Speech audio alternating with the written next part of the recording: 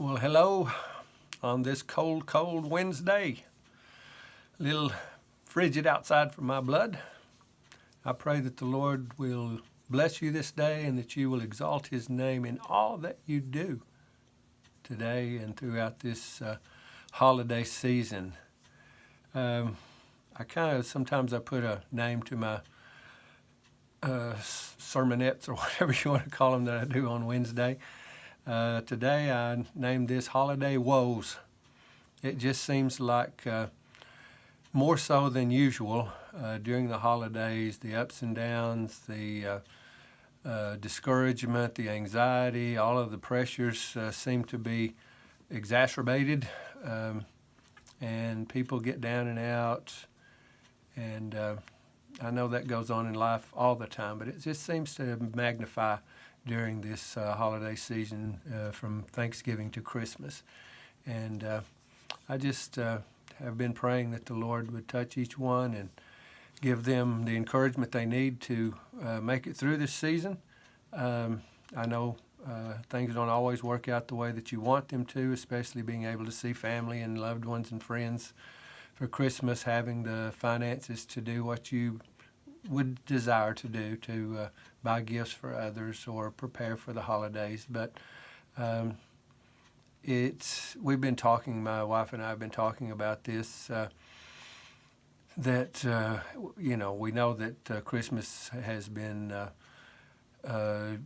taken over by gifts and food, and we've lost the meaning of Christmas for the most part. It's about Jesus. We celebrate his birthday, even though we don't know when his birthday was, but this is the day that's been chosen to celebrate his birthday. And it seems to be more about us than him. And in this time, with the ups and downs, the hardships that go on, I've been reading through the book of Psalms, and a few things kind of popped up to me today as I was studying, and I just want to read them to you. David, you would think he had nothing to complain about. I mean, he went through some hard times, yes, but once he became king, I mean, he was powerful and could have anything or do anything he wanted, basically. And yet he had his struggles. He had his hard times. And no matter, it's not about your financial situation. It's not about how you were raised or anything else. We all go through ups and downs, hard times and easy times. And I just want to read a little bit about what David said. I'm going to go to Psalms 38, and I'm going to read 6 through 10, and then I'm going to skip over to Psalms 40 and read the first 5 verses. Psalms 36, 6 through 10. It says, I am troubled. I am bowed down greatly. I go mourning all day long, for my loins are full of inflammation, and there is no soundness in my flesh. I am feeble and severely broken. I groan because of the turmoil of my heart. Lord, all my desire is before you, and my sighing is not hidden from you. My heart pants, my strength fails me. As for the light of my eyes, it has gone from me. David was going through a very difficult time, and the way this sounds, he was going through some physical problems, but he was also going through some other problems, possibly emotional, and being in the position he was always scrutinized. And so he was going through a very hard time, but even though he knew where his help was. He cried out to the Lord. He knew that he couldn't fix himself. He knew that he couldn't fix the situation, but he knew that God could. And that's why he says in verse 9, Lord, all my desire is before you, and my sighing is not hidden from you. He was not afraid to cry out to the Lord in all of his pain and anguish and ask for help. And that's what it means to be a Christian. A big part of it is understanding and realizing that I can do nothing in myself. I need Jesus Christ in my life. I need God to work in my stead because I can't fix problems. I can't fix these things, but he can. And if we realize that we are totally dependent on him, then that's the first step in getting the help we need, because he says that we have to come to him broken with a contrite heart and realizing that he is the one in control. He is the one in charge. And so many, as you're possibly right now going through troubles, or if you listen to this, set it aside and mark it. And as the holidays get closer and things get more stressful, come back to it and listen to it again, hopefully to encourage you to turn to the Lord in all of your ways. Because as he did, he knew where his help was coming from. I had listened to a message this morning from a gentleman, a very good message about complaining. He spoke about how the Lord hated complaining. And a lot of times when we're going through this, it's what David was doing was not complaining. He was crying out to the Lord, I need help.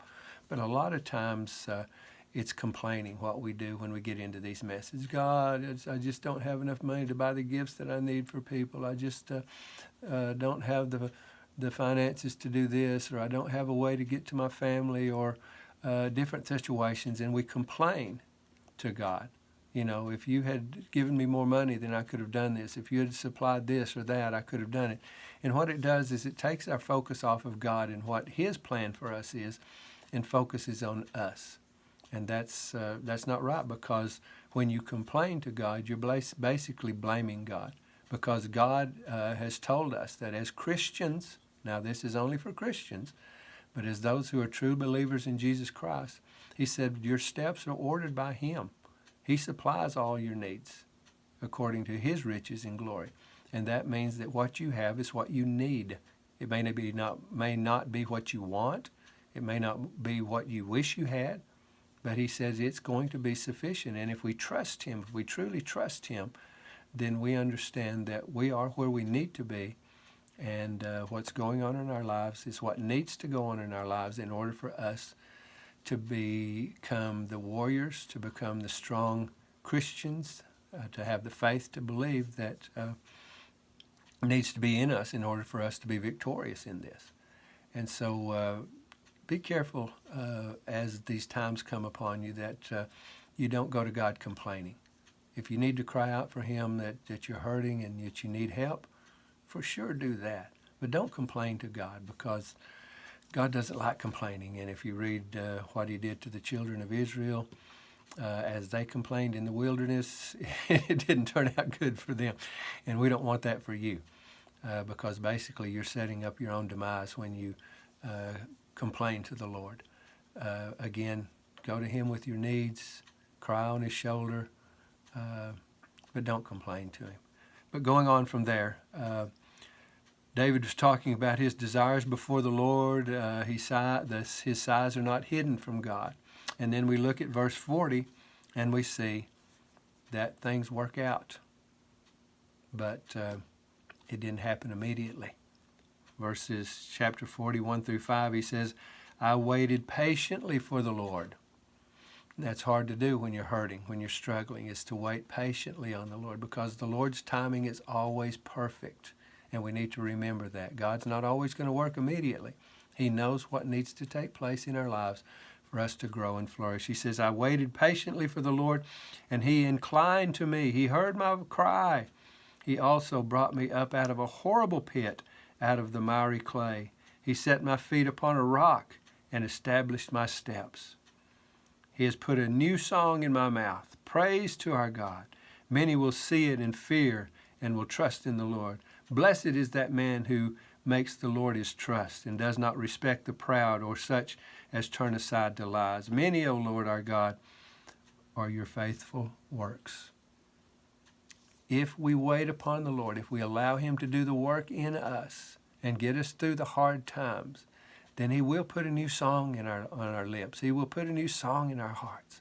He will give us that encouragement we need. We'll see the darkness break and the light come to shine, and we will be able to praise and glorify and worship His name, because it's all in the worshiping. He said, in all things give thanks.